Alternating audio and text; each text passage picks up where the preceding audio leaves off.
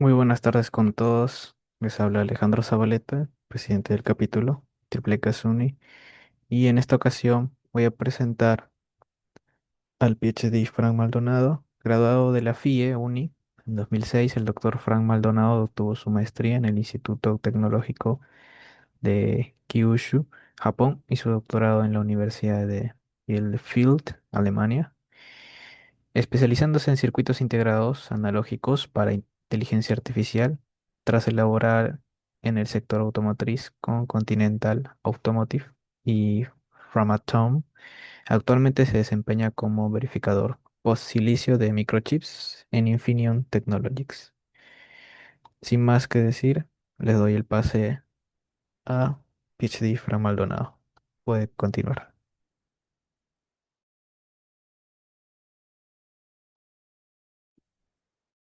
Muchas gracias, Alejandro, por la presentación. A ver si me dicen si me escuchan. Sí, Ok. Bueno, gracias a la IEEE por invitarme a esta reunión. Eh, y bueno, quería compartirles un poco a ustedes lo que yo vengo haciendo y bueno, mi experiencia en el diseño de circuitos integrados. Bueno, ven mis diapositivas. ¿Se puede ver? sí se ve, doctor. Ok. Bueno, esta charla tiene por título Infineon Technologies, chips para la industria automotiva. Primero quiero hablar un poco de mí, luego acerca de la industria de semiconductores actualmente, una vista de la empresa Infineon Technologies, eh, y dentro aquí la producción de chips, qué pasos hay para que un chip esté listo para la venta, los chips que produce Infinite Technology en el sector automotivo, ¿no? Y acá, bueno, dos aplicaciones, he escogido dos aplicaciones de los chips que vendemos. Y bueno, una pequeña pista finalmente acerca de cómo trabajar y estudiar en Alemania, ¿no? Actualmente yo vivo en Alemania y empresa Infinite Technologies, bueno, es una empresa europea, pero la sede principal está en Alemania.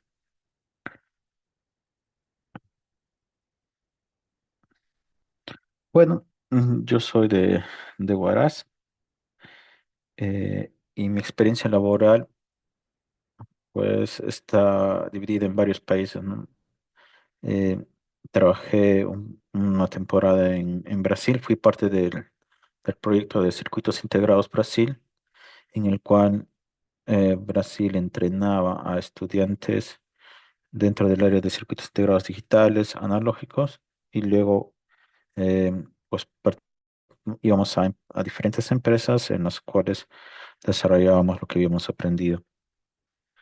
Eh, Posteriormente ya me mudé a Alemania y ahí comencé a trabajar en la industria de semiconductores para el sector automotivo en la empresa Continental Automotives.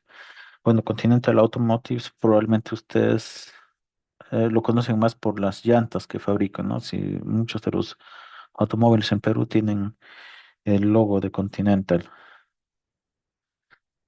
Eh, Luego pasé a la empresa Framatome. Framatome es una empresa que fabrica centrales nucleares. Eh, la sede principal está en Francia, pero también tiene un centro de desarrollo en Alemania, ¿no? Y yo estoy trabajando en Alemania como verificador de circuitos digitales. Muchos de los circuitos acá eran implementados en FPGAs y bueno, una vez que se implementan también necesitan un programador que implemente programas para verificar que el código digital funciona como se espera. Bueno, y actualmente, desde el 2022, estoy trabajando en la empresa Infineon Technologies.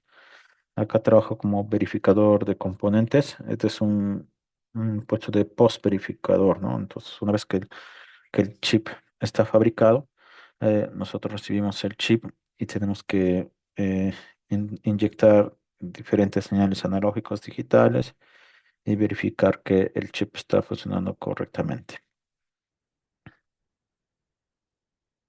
Bueno, mi experiencia educativa, como ya les comentó Alejandro, pues yo estudié en la Universidad Nacional de Ingeniería, estudié ingeniería electrónica. Después de, después de terminar mi bachiller, hice mis estudios de maestría en la Universidad Tecnológica de Kyushu en Japón y luego mi doctorado en la Universidad de Bielefeld en Alemania. Bueno, los rubros a los que me dedico son diseño de circuitos integrados, analógicos y digitales, diseño de software y, bueno, intereses personales, la música, la economía. Y bueno, comencemos con la industria de semiconductores. Como ustedes seguramente saben, los microchips pues, se usan actualmente en diferentes aplicaciones. Está prácticamente en toda nuestra vida, ¿no? Se usa en los sistemas de seguridad, se usa en la industria aeroespacial, en general en la industria de potencia, como por ejemplo las centrales eólicas, las centrales nucleares, etcétera. Y actualmente una área que está pues atrayendo mucha inversión y captando el interés de muchos estudiantes es la inteligencia artificial. También actualmente hay bastante inversión en industria militar, bueno, debido a los problemas geopolíticos que actual tenemos, ¿no? En Europa, em, o en Asia, ¿no? En Europa con, con Rusia y Ucrania, en Asia con Irán, y Europa está invirtiendo actualmente bastante dinero en mejorar sus sistemas militares. Y bueno, la industria automotiva actualmente también está en un cambio muy importante, ¿no? Se ha pasado de los automóviles de, de petróleo, de benzina, a los autos eléctricos. Y por lo tanto, para generar los autos eléctricos se necesita muchos más componentes electrónicos, muchos más chips. Entonces, como se puede ver, la industria, bueno, los microchips están en toda nuestra, alrededor de toda nuestra vida y por lo tanto, pues son una área muy interesante en el desarrollo de ustedes, ¿no? Para aprender cómo diseñar, cómo fabricar o simplemente ser parte de esta industria. Bueno, esta tecnología pues ha tenido una gran evolución en las últimas décadas. Aquí en la figura superior derecha pueden ver cómo se ha reducido el tamaño de los transistores desde el 2000, cuando yo, bueno, terminé de estudiar en la universidad. mm, Estábamos en los 65 nanómetros, ¿no? Eran los chips que se usaba para los microprocesadores, ¿no? Los chips digitales usaban esa tecnología, 65 nanómetros, ¿no? Que es más o menos la distancia, el tamaño mínimo que se puede fabricar dentro de una obra de silicio, tamaño mínimo de un transistor CMOS. Y a partir de ahí, pues hasta ahora hemos llegado, después hemos pasado los 2 nanómetros hasta los 16 Armstrong y ahora estamos, bueno, en el 2028 ya vamos a llegar a los 14 Armstrong, ¿no? La reducción ha sido pues impresionante. Y se creía pues que íbamos a tener un límite casi por el 2020, ¿no? Porque el tamaño de los átomos ya no se podía, se iba a llegar a un límite por el tamaño de los átomos, pero aún así, debido a las nuevas tecnologías que se han fabricado para litografía, pues hemos logrado sobrepasar eso y tener transistores de mucho menor tamaño. Bueno, sí, sí hay una pregunta, Alejandro. Sí, Levantó la justo mano. tenía una duda, o sea, por lo que tenía conocimiento, bueno, hasta un punto creo que se llegó a con los transistores en 2D o de forma planar. Luego Ujú. se utilizaron los FinFET, me parece. Sí, sí, se utilizaron los FinFET. Esos estaban más o menos en los 7 nanómetros. Pero bueno, tenían algunas desventajas los FinFET, ¿no? Y paralelamente se siguió reduciendo los tamaños. Inclusive, esta es una etapa interesante de, no sé si han escuchado de por qué Intel pues cayó drásticamente, ¿no? Era una de las empresas más importantes hasta esta época, fabricaba los procesadores más avanzados, pero Intel creía que ya no se podía reducir más el tamaño de los transistores, ¿no? Entonces creó los FinFETs alrededor de esta época.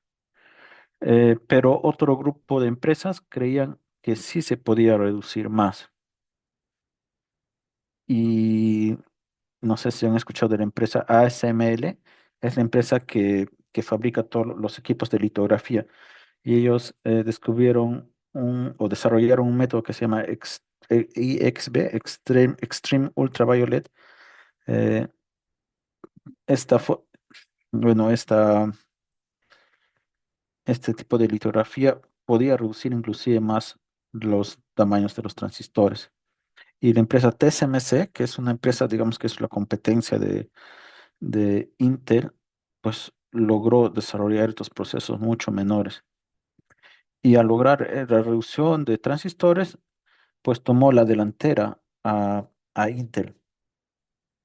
Y Intel se quedó con los procesadores para computadoras, decidió para no fabricar chips para celulares, pero TSMC sí los fabricaba, ¿no? Y, y esta pues combinación, ¿no? De ASML, la empresa ASML de litografía extrema, pues ha logrado desarrollar mejores tecnologías. Y últimamente recién Intel, que ha estado en decadencia, pues ha tratado de ponerse al día con esta nueva forma de litografía, pero bueno, no se sabe si podrá completamente pues llegar a estar cerca de la empresa TSMC. Bueno, después de este paréntesis, eh, pues esto, la industria de los microprocesadores pues ha generado un montón de inversión en el mundo y esto se puede ver en si ustedes pues observan las empresas más grandes del mundo, ¿no? Hasta hace unos meses, Nvidia pues era la empresa mucho más que llegó a los 4.000 millones de dólares de capitalización. Creo que leí que hace 2 días Apple de nuevo había logrado alcanzar a Nvidia. Pero bueno, pueden ver acá que las principales empresas del mundo son empresas que se dedican a semiconductores, que están más enfocados probablemente ahora en inteligencia artificial, ¿no? Nvidia está fabricando los procesadores más avanzados para AI. Microsoft también está invirtiendo ampliamente en nuevos chips. Apple está poniendo al día sus microprocesadores. Amazon está trabajando con la empresa Broadcom para diseñar sus propios microchips. Bueno, Google también tiene sus propios chips de AI. Y bueno, casi todas estas, como pueden ver acá, pues son, a excepción de Aramco, que es una empresa de la industria del petróleo, Berkshire Hathaway, que es un fondo de inversiones. Las demás son empresas dedicadas al rubro de semiconductores, entre otras, ¿no? Y aquí en la parte inferior derecha, pues pueden ver que la gran evolución en la inversión de semiconductores en los últimos años. Y se proyecta también que esto va a seguir creciendo en toda esta década. Entonces, pues esta es creo que una razón muy interesante, muy importante para motivarlas a ustedes a que pues entren al rubro de los semiconductores, ¿no? Es una industria con gran proyección, es una industria para los que aman la tecnología, los desafíos, pues aprender muchas cosas y aplicarlas.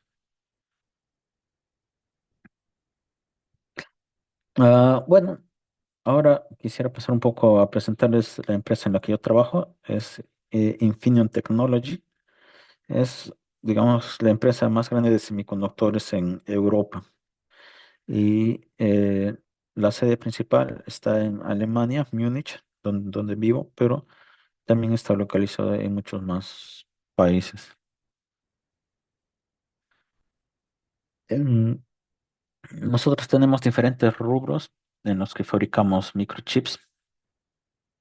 Fabricamos chips para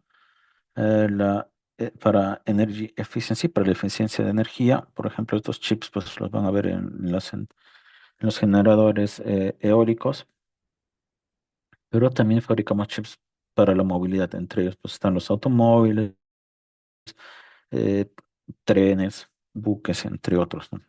Aviones.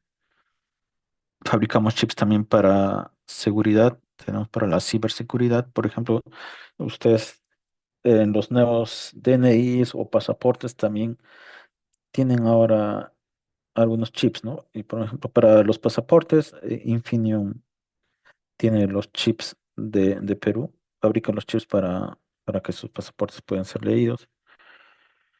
Tenemos también Internet of Technology, IoT, Internet of Things y Big Data, ¿no?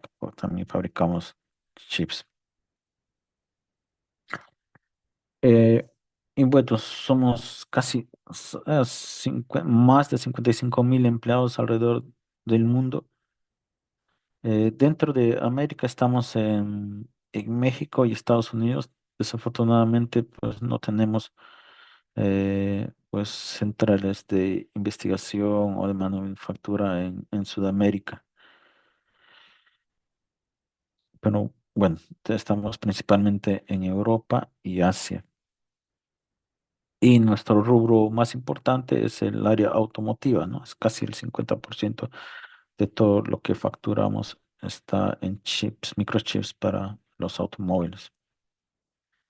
Entonces, por eso que pues tenemos una amplia gama de circuitos integrados para este rubro. Aquí somos el número uno, pero también somos el número uno en la industria de potencia y en seguridad, chips para la seguridad.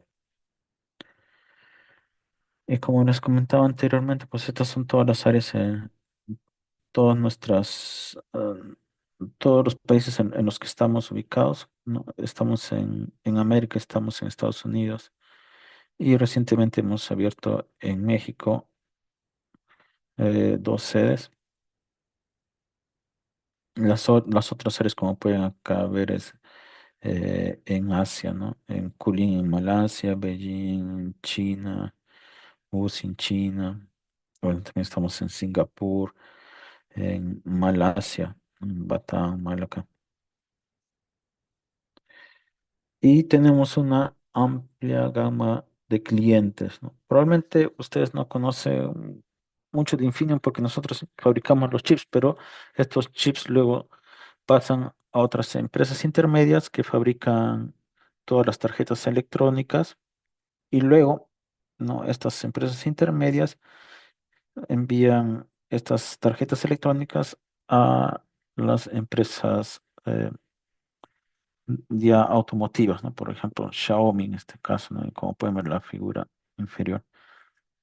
Xiaomi es uno de nuestros clientes principales. Nosotros fabricamos componentes para su alta gama de automóviles. Pero bueno, como pueden ver acá, pues también tenemos chips para otras empresas que probablemente ustedes conocen, ¿no? Amazon, Google, HP. Bueno, creo que estos son los más conocidos en Latinoamérica. Bueno, BYD también es una empresa muy conocida en el sector automotivo, ¿no? Es la principal empresa, la empresa que está vendiendo más automóviles actualmente, ¿no? En China. Y pues nosotros hacemos todo el proceso de fabricación de microchips desde tener la idea hasta implementarlo en las herramientas tecnológicas, hacer el testeo final si es que funciona bien o no, vender los chips, luego estar cerca al cliente y si nuestros chips fallan, pues recibir los chips y identificar dónde están las fallas o dar soporte al cliente para, para que puedan usar de una manera más eficiente nuestros chips. Entonces siempre estamos en todo este flujo de la producción de microchips, ¿no? Y bueno, esta producción de microchips primero se inicia con un concepto, hablamos con nuestros clientes qué tipo de chip necesitan o si necesitan pues una modificación de una tecnología anterior. Entonces, mediante esa identificación con el cliente de los requisitos que ellos necesiten, pues creamos el concepto de nuestro chip y luego procedemos al diseño. Acá no sé si ustedes conocen las herramientas de diseño, creo que bueno, la más famosa es Cadence para circuitos analógicos. Bueno, sí, a ver Alejandro, por favor. Sí, creo que, bueno, hay, por lo que tengo entendido, hay herramientas libres, pero claro, las que se conocen, como usted dice, ¿no? Cadence o en su caso Synopsys, ¿no? Ujú. Ustedes trabajan con Cadence. Sí, parcialmente nosotros tenemos nuestra propia herramienta. Eso también les puedo comentar. Inclusive hay una área en nuestra empresa que junta, ¿no? La parte de matemática con computación y con eso creamos nuestras propias herramientas de diseño. Eh, También había escuchado de los software libres, pero bueno, nosotros no usamos, ¿no? ¿Qué software libres ustedes usan? Por ejemplo, bueno, refiriéndome, bueno, en mi caso que he probado un poco del software libre que dan, no sé si has escuchado el programa Unicast, o, Unicast. No. bueno, o también en un taller que hubo en la Católica, Ya, mostraron esas herramientas. Por ejemplo, estaba el Yosis, el el Open Lane o el Open Road, me parece que era así. ok. Ah, Sí, interesante. que son herramientas que estaban como en un paquete de GitHub, que lo tenían ahí todo. Ujú, Por ejemplo, ahí, bueno, si era de diseño digital, obviamente solo metías el RTL y te hacía la síntesis de ahí poco a poco, ¿no? Y al final salía como una ujú, imagen del chip eh, desde desde el programa, ¿no? ok. Bueno, si era analógico, creo que sí había como un Spice para diseñarlo desde ahí. Y ya veo. ¿Han usado el T-Spice? Mm, creo que no, escuché más de el Schem X, ¿Qué? sí, creo que algo así era. Ok. Ya veo. En la industria, pues prácticamente no usamos software libre.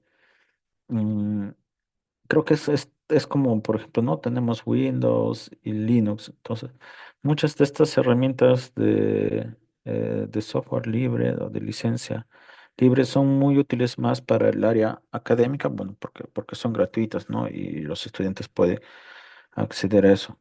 Pero pues tienen una desventaja el que sean libres, ¿no? No se pueden escalar fácilmente o las empresas que fabrican los chips no, no tienen como el traductor, ¿no? Cuando tú terminas de fabricar tu diseño, lo tienes que convertir a un formato, probablemente es el ODB o GDS. Entonces puede ser que estas herramientas de software libre, la última parte que es el formato para ya enviarlo a fabricar, pues no es muy compatible. Pero sí son muy útiles para la parte básica y muy útiles para entrenar a los estudiantes, ¿no? Pues, mm, entonces Creo que esa es la razón principal por la que no se usa software libres en las industrias ya establecidas. Claro. Por- De ahí Ujú. también creo que después de ese diseño, por lo que tengo entendido, faltaría, bueno, para mandarlo a hacer creo que se dice Tiny Tape Out o El Tape tape Out. out. Ajá. Ajá.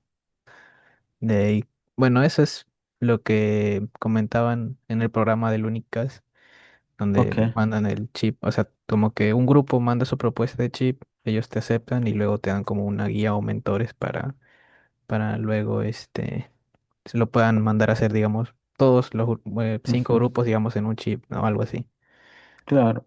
Sí, ese es un programa que está fomentando la IEEE, ¿no? Justo hace un par de años, hace un año, 2 años y medio, pues me invitaron, ¿no? La IEEE, pues, no sé si tú o otros compañeros del ciclo superiores, a una charla también sobre semiconductores y ahí le invité al profesor Carlos Silva, que probablemente tú lo has conocido, ¿no? Que es la persona encargada de estos, en Perú, de coordinar los concursos y poder enviar la fabricación de chips. Y él justo no estaba en esa charla, pues nos comentó que hay muchos proyectos en los que ahora los estudiantes pueden postular y les permiten usar estas herramientas de forma gratuita, les dan las licencias y inclusive pues les pagan no, el tape out. Entonces es una manera, es una oportunidad muy buena en la que ahora ustedes pueden aprovechar de aprender a desarrollar pues tecnología avanzada. Tenemos que, ¿no? Nosotros, bueno, en mi época, cuánto hubiéramos querido tener estas oportunidades de poder fabricar nuestros propios chips, pero pues Perú todavía no, no tenía, no tenía muy desarrolladas estas áreas o no teníamos un grupo de personas trabajando en el área de semiconductores. Pero bueno, gracias por la información, Alejandro. Bueno, permíteme seguir un poco con con el flujo de diseño en producción. Bueno, después de haber verificado eh, pues que todas las funcionalidades del circuito están correctamente, pero pasamos a la etapa del layout, ¿no? No sé, si ustedes han desarrollado, por ejemplo, tarjetas PCB, pues es un proceso similar, ¿no? Tenemos el esquemático y de ahí desarrollamos el PCB, el layout. En este caso, pues, le decimos el layout. Y acá ya de la parte física vemos, ¿no? Las partes de cada transistor, el gate, el source, el drain, y juntamos muchos de estos transistores. Y finalmente, después del layout, que ya eh, está diseñado, pues lo pasamos, mandamos a fabricar y tenemos el chip.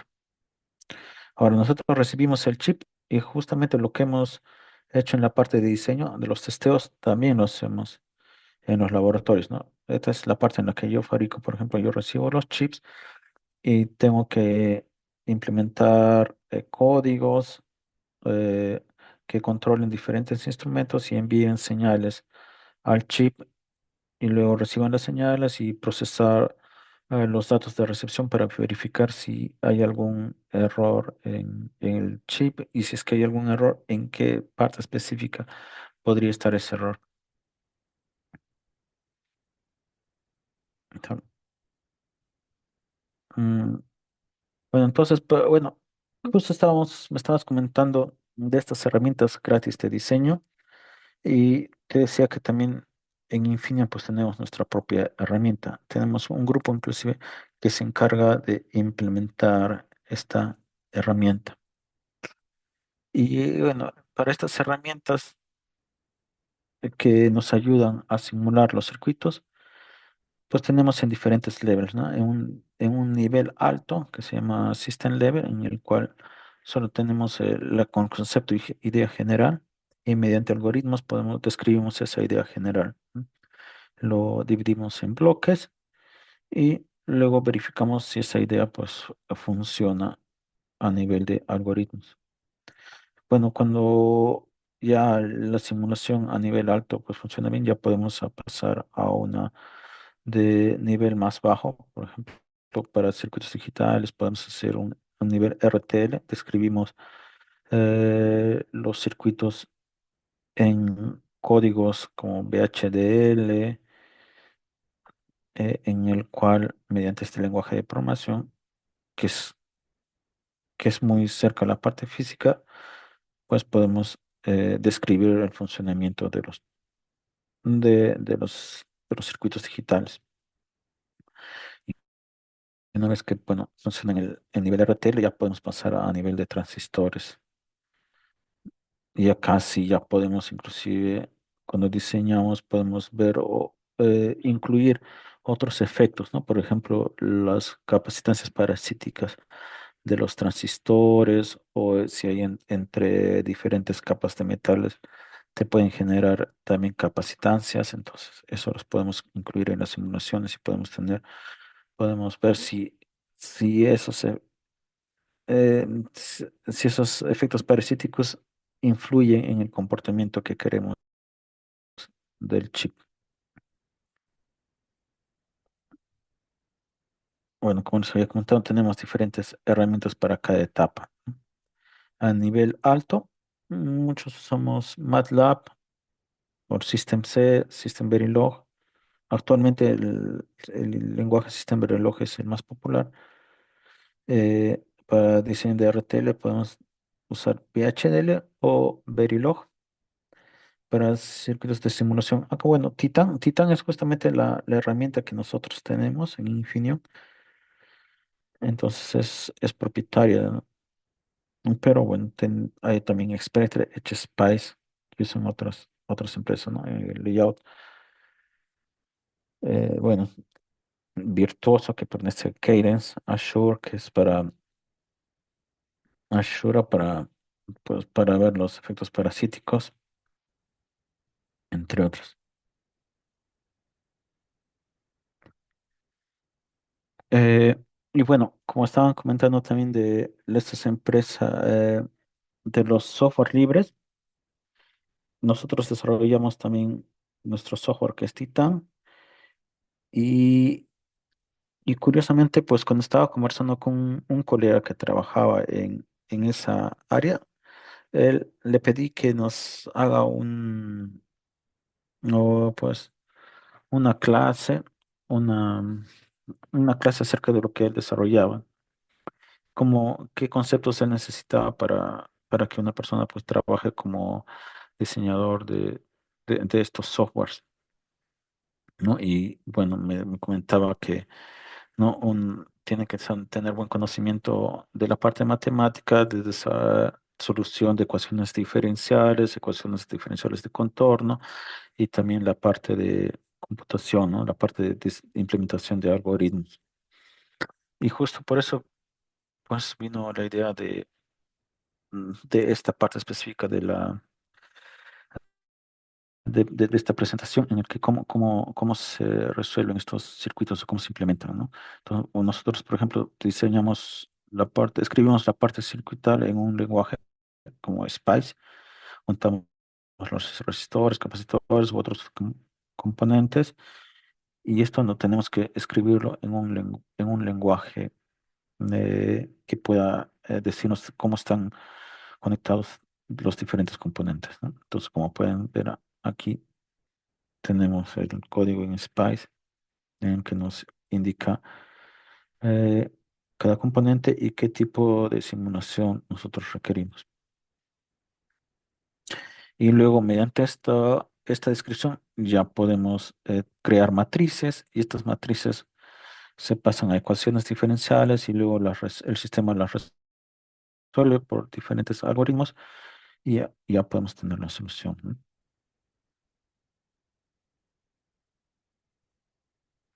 Ahora, bueno, ahora quisiera pasar a una etapa, a la parte automotiva, que es la que Infineon tiene más experiencia o vende más chips y es en la que yo trabajo, ¿no?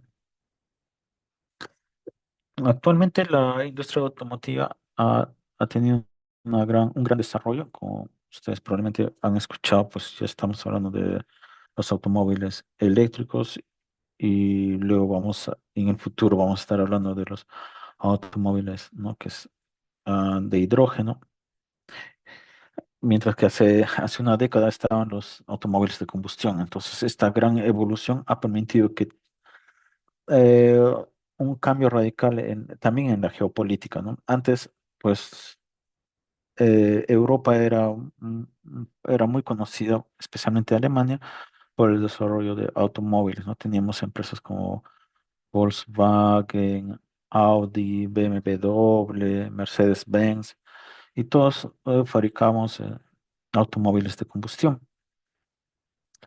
Pero eh, ya pues, hace 5 años hubo una gran evolución en las baterías, ¿no? Se descubrieron las baterías de litio y desde ahí, pues, estas baterías de litio podían ser usadas en los automóviles. Se podían ser usadas para dar un siguiente paso a la fabricación de automóviles eléctricos. Entonces, ¿no? Eh, la primera empresa, Tesla, comenzó a fabricar automóviles eléctricos y se vio que tenía una eficiencia buena. Entonces, posteriormente, pues China comenzó a copiar este método de fabricación inclusive, y logró sobrepasar a empresas como Tesla, ¿no? Entonces, actualmente la industria de automóviles eléctricos, eh, pues, tiene una ventaja en China, o mejor dicho, China está vendiendo muchos más automóviles eléctricos, principalmente gracias a que tiene un gran desarrollo de las baterías. Y bueno, estos automóviles eléctricos requieren muchos más componentes electrónicos que los automóviles de combustión. Y es por eso que también ha dado resultado a que Infineon venda más componentes electrónicos. Y estos componentes electrónicos, pues en los automóviles lo pueden ver en todas las partes, ¿no? El automóvil necesita microcontroladores que reciben señales de diferentes partes del automóvil y luego toma decisiones dependiendo de las señales de entrada. Necesita también circuitos de potencia para la parte del motor, ¿no? Y necesita la parte de electrónica de potencia. Necesita semiconductores para la parte de infotainment, que es, por ejemplo, pues, las computadoras, las tablets que tiene eh, el- en la parte frontal del auto. La batería, las baterías también necesitan semiconductores para poder administrar correctamente el consumo de energía. A esto se le llama battery management. Y bueno, dentro del powertrain necesita muchos semiconductores de potencia. Entonces acá en la parte derecha pueden observar algunos de sus componentes, los inversores, convertidores de C-DC, cargadores, administración de batería, entre, entre otros. ¿Estamos bien con el tiempo, Alejandro? Todavía. Eh, no sé si me pueden decir si todavía tenemos tiempo o estoy ya llegando al límite del tiempo. No, si hay tiempo, doctor Frank, Ok, es como a las, acabaría 3:20, me parece que sí. Así que aún hay 40 minutos ok. más. Ujú. Ya, ya, gracias. Bueno, entonces, por ejemplo, acá puedo mostrar un ejemplo de los circuitos que se usan en, en el Electric Brake Booster, ¿no? Esto es para, pues, cuando se quiere detener el automóvil con un pequeño pedal en el auto. Nosotros tenemos que amplificar esta señal y esta señal tiene que parar el motor, ¿no? Y este es un circuito clásico que probablemente ustedes también lo han implementado en los laboratorios, ¿no? Tenemos un microcontrolador que tiene señales de 0 a 5 voltios y poca corriente, pero necesitamos amplificar esa corriente, ¿no? Entonces, estos microcontroladores, estas señales pasan por unos drivers, ¿no? Que amplifican los voltajes y también amplifican la corriente. Y luego estos drivers son capaces ya de poder administrar la suficiente señal a los dispositivos de potencia, ¿no? Que pueden ser como IGBTs, MOSFETs de alta potencia, o actualmente ya tenemos los dispositivos Silicon Carbide. No sé si ustedes ya los están estudiando en la universidad, o dispositivos Gallium Nitride que, que tienen que pueden generar más potencia o más o tienen un mejor desempeño en frecuencia. Y bueno, ya estos transistores de potencia pues pueden enviar la señal, enviar la corriente o las señales a los motores.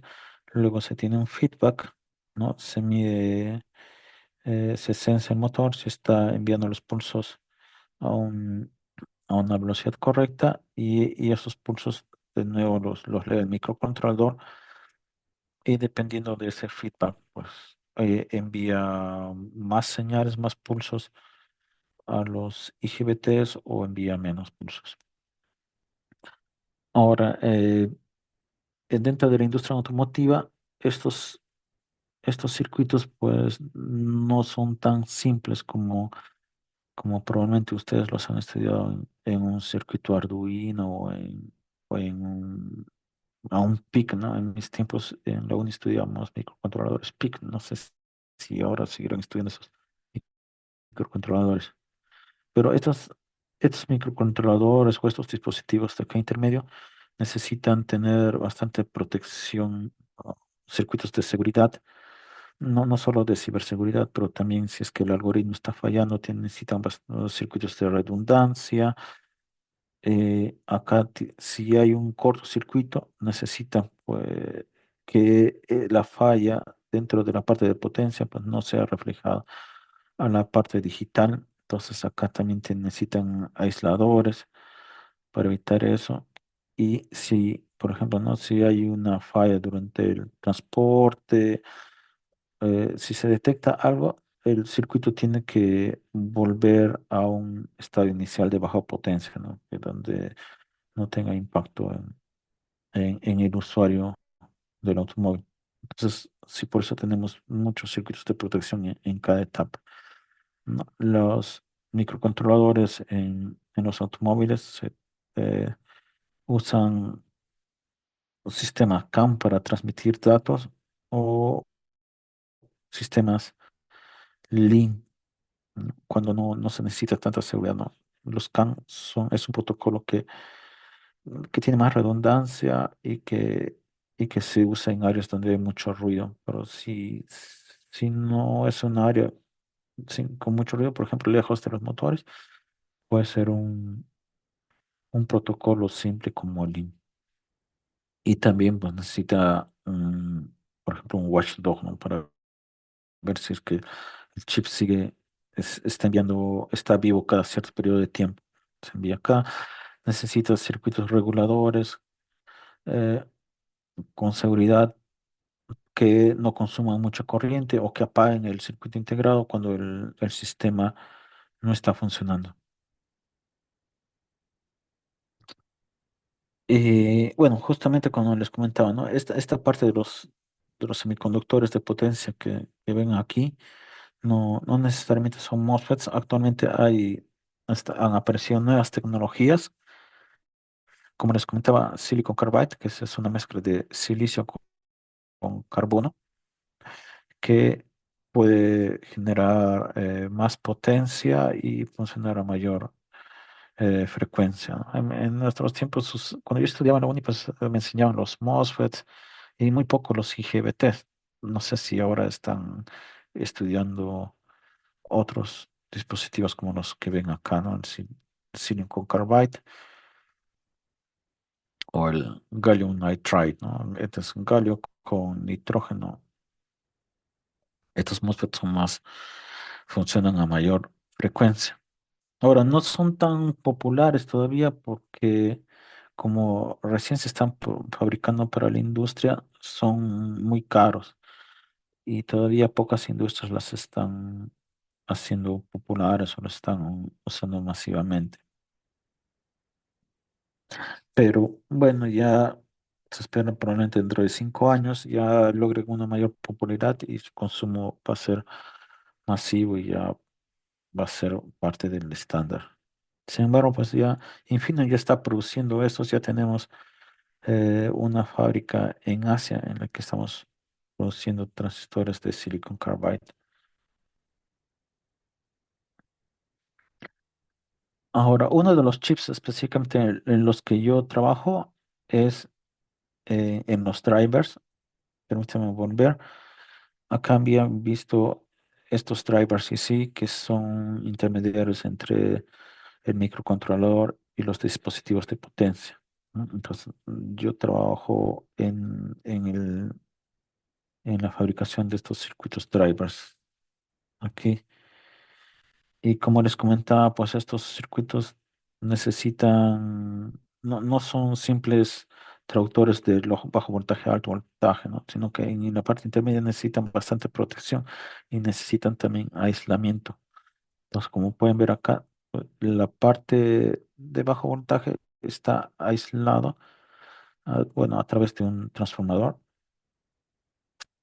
Entonces, si hay una falla en la parte de alta potencia, esta falla no impacta en la parte primaria del chip, o sea, la parte de bajo voltaje. Ahora, bueno, acá en este chip tenemos dos circuitos integrados separados, ¿no? Una parte, como la pueden ver acá, es la parte secundaria y la parte primaria, y a través, y hay como que se unen a través de transformadores, ¿no? Acá internamente tenemos unos transformadores que que hacen posible la comunicación a través de pequeños pulsos. Ahora, pues este driver luego está conectado, como ya habíamos comentado anteriormente, a un semiconductor de potencia. Pero este driver también tiene que sensar que esté funcionando correctamente el, el dispositivo de potencia. Entonces siempre está sensando, por ejemplo, que la corriente esté dentro de unos límites. Entonces acá tenemos, por ejemplo, un circuito que sense esta corriente, ¿no? Convierte esta corriente en voltaje y acá hay un diferencial un op-amp diferencial que está sensando que este no llegue a un máximo, ¿no? También acá tenemos otro sensor de saturación, ¿no? Este circuito, ¿no? Tiene una área de operación. ¿No? Entonces, cuando tiene que estar, ¿no?, operando en saturación, pero si luego baja a la zona de triodo, por ejemplo, puede ser problemático, ¿no? Entonces, acá tenemos también un circuito que sensa que el resistor está en la zona, en la región de operación correcta. Y bueno, también, por ejemplo, tenemos sensores de temperatura. Solamente en los automóviles, la industria de automóviles. eh, Verificamos que nuestros chips funcionen a temperatura normal, ¿no? 25 grados, a menos 40 grados, 150 grados, ¿no? Entonces, dentro de ese rango, los chips tienen que operar y tienen que resistir. Entonces, acá tenemos un sensor de temperatura. Si sobrepasa esa temperatura, envía una señal al microcontrolador para que desactive el sistema. Y bueno, también nosotros fabricamos convertidores de CRC. No sé si ustedes en la universidad han estudiado los convertidores de CDC. Eh, Creo que yo no los llegué a tocar, pero de repente probablemente ahora sí es parte de la currícula lo que es un convertidor de CDC.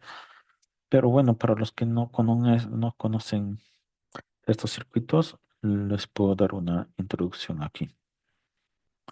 No solamente la idea es que tenemos una fuente de alimentación, en este caso, por ejemplo, 100 voltios, y queremos enviar 50 voltios. a una salida. Entonces, cuál sería la idea de cómo enviar 50 voltios? Una primera idea es, ponemos pues un divisor de voltaje, ¿no? Dos resistencias, ¿no? Que tengan el mismo valor y entonces el voltaje se divide y ya tenemos los 50 voltios. ¿No? Ese sería un convertidor de C-DC, ¿no? Estamos convirtiendo un voltaje DC o de 100 voltios a otro voltaje DC de 50 voltios. Pero aquí tenemos un problema, ¿no? Como es una resistencia aquí, esta resistencia va a consumir potencia, ¿no? Pasa por una corriente aquí y la potencia es el voltaje por la corriente, es la potencia. Entonces estamos perdiendo potencia aquí. Y además, por ejemplo, si esta resistencia aquí varía, ya no vamos a tener el valor que queríamos específicamente. Entonces, bueno, es un circuito simple, pero el defecto es que tenemos una pérdida de consumo de potencia. Otra forma de mejorar este circuito es, en vez de un resistor, podemos poner un transistor, ¿no? Y aquí la base de ese transistor, pues la podemos estar modificando en función de lo que queremos que salga, ¿no? Entonces acá ya tenemos una realimentación y con esto podemos tener un voltaje más fijo, ¿no? Acá, por ejemplo, si la resistencia puede variar poco por la temperatura, pero acá si algún voltaje acá varía, ya a través de la realimentación podemos corregir ese cambio en la corriente o el cambio en el voltaje de salida. Entonces, este es un mejor circuito, pero sin embargo, todavía hay un consumo de potencia perdida, ¿no? Acá tenemos, por ejemplo, vamos a tener 50 voltios entre los terminales y una corriente acá, entonces la potencia es el voltaje por la corriente y estamos perdiendo. Entonces, otra forma de implementar este circuito es mediante un switch, ¿no? Eh, Tenemos un switch a la entrada que va a estar en on-off. Cuando está en on, dejamos entrar el voltaje inicial y en off no sale corriente. Entonces vamos a estar enviando una señal cuadrada, digamos acá, ¿no? Y luego, si queremos transmitir un 50 voltios, por ejemplo, ¿qué podemos hacer? Si ustedes han llevado, en mis tiempos era matemática 5, no sé si ustedes todavía estudiaron esto. Tenemos series de Fourier, ¿no? Estas funciones armónicas podemos enviar solo la parte de C de esta onda y eliminamos los armónicos. Entonces, si ponemos aquí un filtro, nos ponemos quedar con el primer componente, con el componente de C y un filtro que elimine todos los armónicos, respectivamente.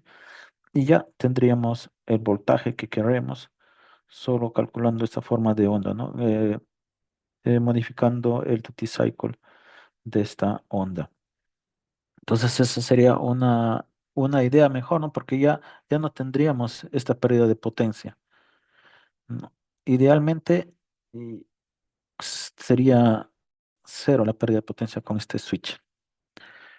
Ahora, ¿cómo podemos implementar ese filtro? Bueno, para que no pierda consumo, sería un filtro pasivo, ¿no? En este caso podría ser un circuito LC. Y ya, esta es la idea básica de cómo se implementa un convertidor de CDC, ¿no? Posteriormente, hay muchos, acá se le tiene que agregar un circuito de realimentación para que mantenga el voltaje de salida. Este switch se puede implementar con transistores MOSFETs o con diodos. eh, y hay muchas topologías para la impresión, ¿no? Entonces, bueno, hay muchísimas cosas más luego de esta implementación básica, pero con esto solo quería brindarles la idea de lo que es un convertidor de CDC. Y esto se usa mucho en los automóviles, ¿no? Ahora también se puede incrementar el voltaje, ¿no? En vez de, por ejemplo, si acá queremos 200 voltios, de 100 a 200 voltios, cambiamos el switch a la derecha y ese componente a la izquierda y ya tendríamos un convertidor de CDC que se llama Boost, que amplifica el voltaje. Entonces, todos estos circuitos tienen una ventaja de baja potencia, pero la desventaja de que generan más ruido por el switch, ¿no? Entonces, en muchos automóviles se combina también estos tipos convertidores de CDC con reguladores lineales para reducir el ruido. Pero bueno, nosotros fabricamos también estos convertidores de CDC que son muy usados en los automóviles. No, este es un convertidor nuestro, como es un convertidor de CDC, y como ven acá, pues tiene muchos más circuitos, ¿no? Tenemos acá el filtro LC que habíamos comentado, acá están los switches que son implementados a través de transistores. Tenemos un transformador para desacoplar la parte de potencia y luego acá la entrada. Acá tenemos otro filtro de entrada para que la señal reflejada no afecte a la batería. Y acá tenemos una realimentación que va al microcontrolador. Bueno, nuestra familia de microcontroladores se llama Aurix y bueno, los usamos aquí para estos convertidores de CDC. ¿No? También necesita comunicación CAN con otras partes del vehículo para si requiere modificaciones. Y bueno, hasta aquí pues es la parte que desarrollamos en Infineon. Y finalmente quería comentarles un poco de mi experiencia, cómo vine a Alemania, ¿no? Yo postulé directamente a la Universidad de Bielefeld. Me contacté con una profesora que, que ya tenía unos 4 años trabajando allá, era jefa de un grupo. En ese tiempo yo diseñaba circuitos integrados para inteligencia artificial para la parte de aprendizaje. Entonces había un grupo de circuitos neuromórficos. Es una parte de la inteligencia artificial que desarrolla circuitos de aprendizaje a partir de circuitos analógicos, ¿no? Entonces, le interesó mi experiencia y con ella postulamos a diferentes entidades que brindaban becas, ¿no? Finalmente, postulamos al DFG, que es como un centro de apoyo a la investigación dentro de Alemania. Presentamos un proyecto y ese proyecto fue admitido y así pues me brindaron una beca para estudiar mi doctorado. Pero ahí conocí pues personas de muchos países y cada uno tenía una historia muy distinta a la mía, ¿no? Y en el caso especialmente de los estudiantes de India y China, ¿no? Que se ve masivamente en Estados Unidos, en Alemania, en Europa en general.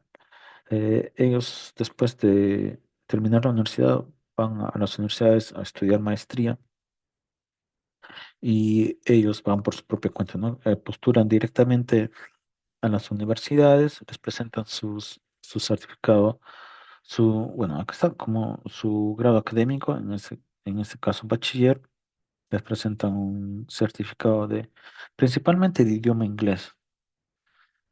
Digamos, para la parte de que es de ingeniería, usualmente las universidades van a pedir más inglés, ¿no? Un TOEFL probablemente. Y ya con eso, pues postulan directamente a la universidad y la universidad les acepta y, y ya con la aceptación de la universidad hacen todos los trámites para la visa. Ahora, para esa visa usualmente te piden que tengas un pequeño fondo de ahorro, ¿no? Es alrededor de 9.000 euros. Eh, O también, si es que consigues una beca, ya no es necesario esos fondos, los fondos de ahorros. Eh, pero bueno, yo creo que muchos de ellos, por ejemplo, o muchos amigos también que conocí en Perú, trabajaban un par de años en Perú, ahorraban esa cantidad y ya con eso se iban a estudiar las maestrías en Alemania. Y, y bueno, Alemania da muchas facilidades a los estudiantes, ¿no? Muchos chicos que conocí aquí trabajaban hasta 20 horas semanales máximos y eso les permitía vivir como estudiantes en las ciudades, ¿no? O también conocí muchos de mis colegas con los que yo trabajo ahora en la India, hacían prácticas preprofesionales durante sus estudios, por ejemplo, en mi misma empresa Infineon, y bueno, recibían un estipendio, se refiere a un pequeño salario suficiente para poder pues vivir durante esa etapa de estudiantes. Entonces pues hay muchas oportunidades durante la maestría, ¿no? Y Alemania ofrece muchas ayudas a los estudiantes de ingeniería. Eh, bueno, esta información sobre becas lo pueden encontrar en el DAAD, que es la Oficina Académica de Alemania, y ahí pueden revisar constantemente pues, las ofertas de becas del gobierno alemán o las oportunidades de estudio del gobierno alemán. Bueno, ahora también hay muchas oportunidades, ¿no? Ahora el gobierno peruano, con todos los programas de becas, también ofrecen esta ayuda, así que pueden postular por esa modalidad. Eh, bueno, muchas gracias por su atención y bueno, espero que haya podido contribuir un poco en su interés sobre los semiconductores o la industria de circuitos integrados. Y pues si tienen alguna duda, me pueden escribir. Acá tiene mi correo, frank.maldonado@infinium.com, a este correo y con gusto pues les responderé. Bueno, muchas gracias y bueno, retorno la pantalla a Alejandro y si tienen pues cualquier pregunta también las puedo responder ahora. Gracias. Sí, ¿qué tal, doctor Frank? Sí, maravillosa la charla. Este, iba a comentar que es claro, cualquier pregunta que tengan chicos, no tengan duda o miedo a hacerla. Justamente se está haciendo esta charla para que puedan, tener mayor conocimiento y puedan investigar más, ¿no? Estas charlas puedan incentivar a que puedan interesarles más estos temas, puedan indagar más, ¿no? Claro. O bueno, no sé si yo puedo hacer unas preguntas también. Eh, ¿Y ustedes, Alejandro, ya han tenido contacto con el doctor Carlos Silva? ¿Están dentro de estos grupos de investigación de circuitos integrados? ¿Me cuentas que han llevado ya cursos sobre esto?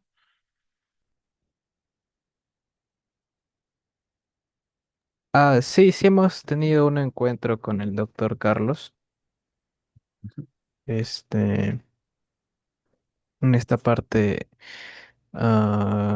bueno, desde el año pasado, como yo he estado de vicepresidente, también he ujú, asistido a reuniones donde estaba él comentando, ¿no? Sobre CAS, los programas que hay, los beneficios de la membresía, ¿no? Porque, por ujú, ejemplo, hay, como le comentaba, el programa UNICAS, sí, que nos comentó, ¿no? Es que es más o menos mandar una propuesta de diseño de circuito, ¿no? O de chip, ujú, y luego de que te acepten como grupo, ¿no? Debe haber como un asesor y tres miembros sí o sí con membresía CAS. Este, Al pasar, te dan unas mentorías, te ayudan para realizar digamos, la finalización, digamos, el tape out, todo se puede integrar, ¿no? Junto con los demás diseños en un solo chip. ujú. Entonces, más o menos nos comentó eso, también nos comentó, bueno, hay otro programa que es más que todo es una competencia. Ahí ya no es tanto de chip, sino puede ser más general de un problema que se pueda solucionar con circuitos y sistemas para Ah, estudiantes, ok. ¿no? Eh, Respecto a las herramientas, también nos comentó justo el año pasado que había como un tipo de taller que venía desde Uruguay o Argentina que se estaba haciendo y luego la continuación iba a ser acá en Perú en Católica. Asistí junto con mi otro compañero Amado y dos profesores al taller y era usando esas herramientas que, bueno, eran parecidas a las que dan en el Unicas. eh, Creo que están un poco más actualizadas, pero eran herramientas libres que, bueno, en sí parece que se utilizan en un entorno Linux, pero si es que quieres usarlo en Windows, se utilizaría con el WSL, me parece, y con un Docker también creo que le añaden, con... Bueno, había un procedimiento para usarlas, todo un Ok. procedimiento. Ujú. Cosa que al final eh, se abría, ¿no? Estaba un Spice, que era el Schem, XShem, Ujú. y de ahí podías hacer tu diseño, ¿no? Bueno, ahí en el taller lo básico era hacer un inversor, ¿no? Pero como el primer taller creo que les habían enseñado a hacer el inversor, solo que en el segundo ya era como que parte de los participantes que ya sabían era hacer su propio diseño. Nosotros, Ujú. como recién veíamos así, empezamos viendo el inversor un poco más. Y claro, de ahí obviamente seguía un flujo de diseño eh, que nos comentaron, pero yo sí no pude asistir hasta las últimas clases porque sí se cruzaba con unos exámenes. Oh, ya veo. Oh, Sí, pero bueno, qué bueno que hay ahora esta conexión, que se haya logrado esta conexión, ¿no?, con el profesor Carlos Silva y que puedan ustedes también sí, aprender también esas herramientas. me comentó que usted también había sido parte de su grupo de microelectrónica, me parece. Sí, claro, yo pertenecí al grupo de microelectrónica en la Católica y, y pues conocí a muchos de los chicos ahí, ¿no? En esa época, 2007, 2006, 2008. Entonces, con muchos de ellos, luego, después de ese entrenamiento, nos fuimos a muchos países. Y bueno, todo el grupo está desde Estados Unidos, Japón, Europa. Y claro, ese fue el semillero, digamos, para que muchos de nosotros nos iniciáramos en la industria de semiconductores y de ahí, pues, vayamos a distintos países ya a estudiar y trabajar. Y bueno, el profesor Carlos Silva también, bueno, él es de la uni también, ¿no? Él egresó y siempre tuvimos ese sueño, esa idea de que se pudiera difundir también, ¿no?, los circuitos integrados en la UNE y que muchos de los estudiantes de ahí también pues puedan seguir esta carrera y bueno, trabajar en distintos lugares, ¿no? Poder hacer una red de, de estudiantes y trabajadores de la industria de semiconductores. Sí, sí, justo eso tratamos de hacer acá. Bueno, tratamos de replicar un grupo de investigación de respecto a microelectrónica y optoelectrónica acá en la uni. Ujú. Estamos viendo cómo digamos así, compartir conocimiento de las herramientas libres para ver si se puede hacer el diseño en grupo de circuitos, porque sí, también me comentaron profesores ya de tiempo que también ha habido un grupo así en la uni, solo que ya se ha ido apagando y después ya no se ha quedado, ¿no? Por eso es que Ah, se quiere ah, ok. retomar. Ujú. Ojalá se pueda. Yo nunca tuve conocimiento de que hubo un grupo. Creo que, bueno, las principales dificultades eran las herramientas, ¿no? Y tener un profesor que conozca las herramientas. Esas dos cosas eran bastante difíciles. La uni no tenía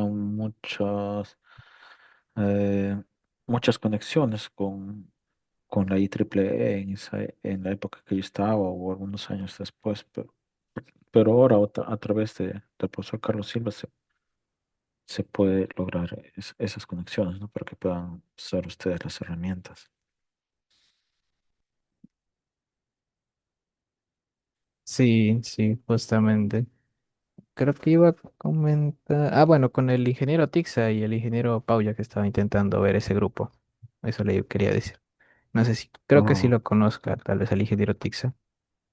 sí, el profesor Tiza, ¿no? El profesor Tiza también es, no sé si ahora sigues trabajando en la UTP, él era como decano de la UTP, si no me equivoco.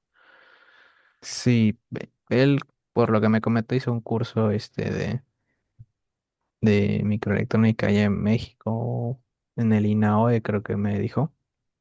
Ah, Y ok. cuando, bueno, volvió, sí, dictó un curso, pero luego como que ya no se unían los chicos y por eso es que después creo que se puso como profesor de electrónica de potencia, me parece. Ah, creo que él me enseñó dispositivos electrónicos en ese tiempo. Ah, ya. Ah, qué bueno. Bueno, hay conexiones. Entonces, sí, ojalá se pueda, bueno, más estudiantes se animen a ser parte del grupo, ¿no? De semiconductores que puedan llevar estos talleres. Sí, sí, más Sí, bien, si es que tenemos una consulta, tal vez poderla comentarla a usted, tal vez, ¿no? sí, sí, por favor, si me pueden, si tienen cualquier consulta, me escriben o si necesitan pues alguna charla, cualquier tópico, sí, por favor, solo informe de cómo va evolucionando este grupo en la universidad. Claro, está bien, está bien. Muchas gracias más bien, Ok. conocedor. Sí, también. Gracias por la invitación. Bueno, entonces, Ah, aunque ahora sí le quería realizar tal vez alguna pregunta, ¿no? ujú, sí, claro. A ver, de, bueno, ahí por lo que he visto, en la parte automotiva, he visto que también tienen un área de su empresa, de, creo que era algo de verde, o sea, ecología, me Energía parece, verde. energía verde. Esa parte, digamos, a qué se dedica, ¿no? ¿En qué aplicación tiene exactamente? Aquí creo que, bueno, esta parte, ¿no? De la eficiencia de energía. Bueno, por ejemplo, la energía eólica, ¿no? Ahora se está masificando, entonces también necesitamos circuitos de potencia ahí para controlar. Entonces tenemos silicon carbide, se puede usar bastante eh, en las turbinas. Y bueno, si se usan los silicon carbide, también tenemos los drivers que van juntos. Y toda esta parte, ¿no? También los microcontroladores, nuestra gama Aurex son muy buenos para esta parte de energía eólica. También acá se usan, ¿no? Convertidores DC a C, ¿no? Acá se recibe, en los paneles solares, por ejemplo, ¿no? Se recibe la señal del sol y eso se tiene que almacenar, se almacena y luego eso se tiene que convertir de DC a AC. Y ahí también nosotros diseñamos todo, tenemos nuestros transistores, todo el sistema de transistores con drivers y el microcontrolador, ¿no? Entonces, por ejemplo, en esas dos áreas sería de energía verde. Claro, claro. Y otra pregunta era, bueno, más que todo lo automotriz, digamos, a diferencia de de la electrónica de consumo no principal como los smartphones, Ujú. estos chips que van a ir para la industria automotriz, digamos que están expuestos mayormente a temperaturas extremas y ruido electromagnético, ¿no? O sea, ¿qué consideraciones o técnicas tienen en su diseño físico que explican? Sí, sí, claro, como tú comentas, eh, tienen más estándares los chips de la industria automotiva, ¿no? Nosotros tenemos que verificar que funcionan bien a -40 grados y 150 grados. Ahora, la industria de consumos creo que es desde -20 hasta 85 grados Celsius, ¿no? Entonces, necesitamos un rango más amplio de testeo. Y ahora, estos también tienen pruebas de EMC, ¿no? Electromagnetic Compatibility, ¿no? Y también de interferencia electromagnética, como tú has mencionado, son dos partes, ¿no? De que nuestros chips no pueden generar mucho ruido que alteren otros componentes. Entonces también tenemos estas. pruebas de EMC. Y también que nuestros chips, ¿no? Los radiamos con antenas y esas radiaciones pues no tienen que afectar mucho el comportamiento de nuestros chips. Ahora, lo otro es, bueno, ya te había comentado de cam- de la temperatura, ah, también de los ruidos. El ruido es bastante, bastante problemático por los motores. Entonces, nuestros chips tienen que resistir bastante ruido. Entonces, tenemos pruebas como, por ejemplo, la CMTI, ¿no? Common Mode ah, Transient Immunity, que es, ¿no? Como les había mostrado acá, en los chips de los drivers, nosotros dividimos nuestros chips eh, en parte primaria y secundaria, ¿no? Para evitar eh, que si una parte falla, la otra se vea afectada. En los drivers, como generamos alto voltaje y la tierra del primer chip y del segundo chip son diferentes, eso puede generar que si hay un ruido, que se inyecte un ruido debido a un alto voltaje a la salida, ese ruido pues retorne del chip secundario al primario y haga funcionar incorrectamente el chip. Y eso podría producir que el automóvil pues, eh, se comporte incorrectamente y finalmente genere un daño. Entonces, tenemos que tener pruebas de que esa realimentación, debido a los altos voltajes que se generan aquí, el alto corriente, no afecten al chip primario. Y, o sea, aparte de tener un procedimiento especial de fabricación que los tenemos que aislar bien, seguir estándares, también en nuestro testeo tenemos que verificar que esa reglamentación no impacte, a, no impacte a los dos chips. Bueno, la ventaja que tienen estos chips de los automóviles es que no necesitamos usar eh, los nodos de tecnología más avanzados, ¿no? Acá creo que en la primera diapositiva, acá les había mostrado que ya llegaba a 2 nanómetros, ¿no? Pero estas tecnologías son más útiles por ejemplo, en los celulares, en las computadoras, ¿no? Que necesitan mucha velocidad.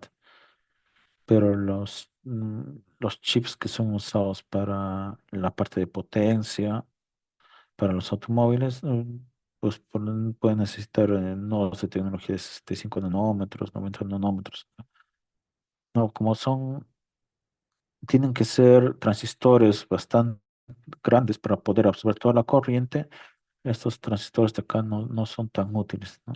Son, son más útiles los transistores de acá. Entonces tenemos más flexibilidad en usar nodos de tecnología, o no de, no, no los, no los más avanzados. No sé, bueno, ahí serían las ventajas. La parte difícil es la parte fácil de la industria automotiva. Claro, muchas gracias por responder. No sé si hay otra pregunta del público.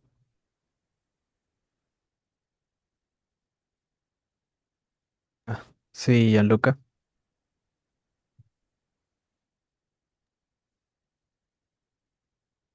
puedes realizar tu pregunta.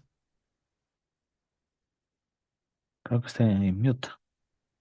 Sí, eso que ah, en la industria automotriz exige cumplir con estándares de seguridad funcional muy estrictos como la norma ISO 26262. Ujú. ¿Cuáles son los mayores desafíos en la etapa de diseño y simulación de circuitos integrados para garantizar esa alta confiabilidad y tolerancia a fallas? Bueno, lo que yo veo más es el amplio rango que tenemos que verificar, ¿no? Desde -50 grados hasta 150 grados de temperatura. Tener un circuito que pueda funcionar en todo ese rango es bastante desafiante. Hay muchos circuitos que se proponen en papers, en la parte académica, pero muchos de esos circuitos realmente solo funcionan bien de 0 a 80 grados. Y entonces tienes que agregar más circuitos de corrección y eso se vuelve más desafiante, ¿no? Termina siendo un circuito inmenso y partes de bloques que, pues que se le agregan ahí, buscar, experimentar mucho con topología, nuevas topologías, pues que no, probablemente no son tanto de la parte académica, ¿no? Sino que vienen de nosotros para cumplir ese amplio rango.